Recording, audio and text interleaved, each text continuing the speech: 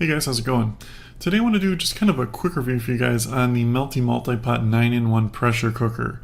I hadn't seen too many reviews on this, so I thought I'd just kind of give you guys my 2 cents, just kind of based on my experience and let you know what I thought about it. I should mention real quick too, I actually found a pretty good deal on this, and I'll put a link in the description below so you guys can check that out if you're interested in picking one up for yourself. So the big question, and probably the reason you clicked on this video, is you're comparing this to the Instant Pot. The Instant Pot is by far the more marketed, I guess you could say, pot. But in my opinion, this is the one to get over the Instant Pot. And in this video, I'm going to explain why I think that. I should mention too that I'm not affiliated with Mealthy MultiPot or anything like that. I don't work for them. I'm not getting paid by them. This isn't a sponsored video. This is just purely my opinion on the 2 pots. Okay, so why do I like this thing more? First, let me mention functionality-wise, cooking-wise, results-wise, exactly the same. So if you don't care about that, I guess just get whatever one's cheaper. But to be honest with you, usually this one's less money, and it has some features that are worth getting this one over, and I'll talk about that now. The first feature is it has a digital readout on it of the pressure level inside the unit. Now, why is that important? Well, for one, the Instant Pot, it doesn't tell you what the pressure level is at all when it's cooking. You just basically turn it on, it goes up to pressure, and then it cooks. So you have no real idea of the pressure level inside. The nice thing about this is with this pot, you know exactly where you're at in the cooking process. There's timers in this chart, this graph that shows the pressure level, so it makes timing your meals really a lot easier on this pot. Basically, with the Instant Pot, you have no idea really when it's going to be done unless you're on a manual timed thing, and it just beeps at the end and it's done. This does also have two pressure levels, a high and a low, which is important because if you cook like chicken, for example, on high, it's going to be rough or tough and stringy. Does not turn out good. You need to cook that on low. Another nice feature about this one too is the pressure button pops up above the pot instead of flush with the pot.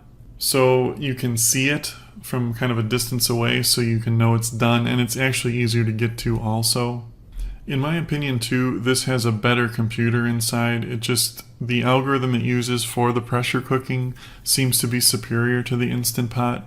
The overall user experience, I guess you could say, with this pot is just much more intuitive. There's a lot of information that it gives you that the other pots don't, specifically like the Instant Pot, they just don't tell you.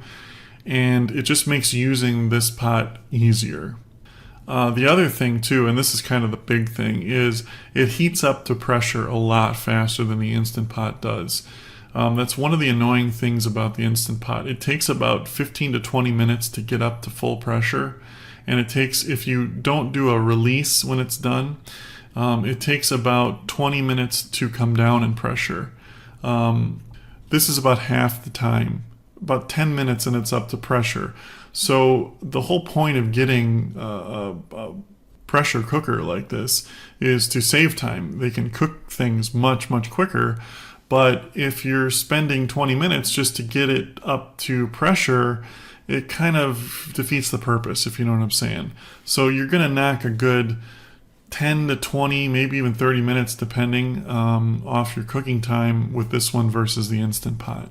The app itself that comes with it works good. It's not buggy, it's not laggy. It does have recipes and stuff that it comes with. It also has a nice cheat sheet that comes with it too, that you can use, and it really kind of gives you everything you're going to cook in it for every type of meat, different things. It just tells you exactly how to use it and set it. That being said, there are a lot more modes on this too than the Instant Pot has. You have steam functionality. And these are all buttons literally on the front of it that you just push and it'll cook it. The Instant Pot maybe has about 8. This has about, I believe, 14 different modes. Extra ones like yogurt and cake, and it can saute as well too, which is nice, which is basically you can use it with the top off as kind of just a normal pan. But that's really handy for like browning meats before you pressure cook it, because you usually don't want to just pressure cook meat. It kind of comes out not as good. You don't get that kind of caramelized char taste to it. But the nice thing about this is you can saute it, brown it right in the pot before you pressure cook it, so you don't have to do it separately on another thing and dirty another pot that you got to wash later. This is truly one of like a one pot meal thing. It's really good for that. Built very solid too. Yeah, really like this thing. Like I said, it's pretty obvious, but I prefer it to the Instant Pot. And don't get me wrong, the Instant Pot I've owned, I've used for a few years now, and in my opinion, this is superior in pretty much every single way. So yeah, if you guys have any more questions about it, just leave them in the comments below. Thanks for watching, and have a great day.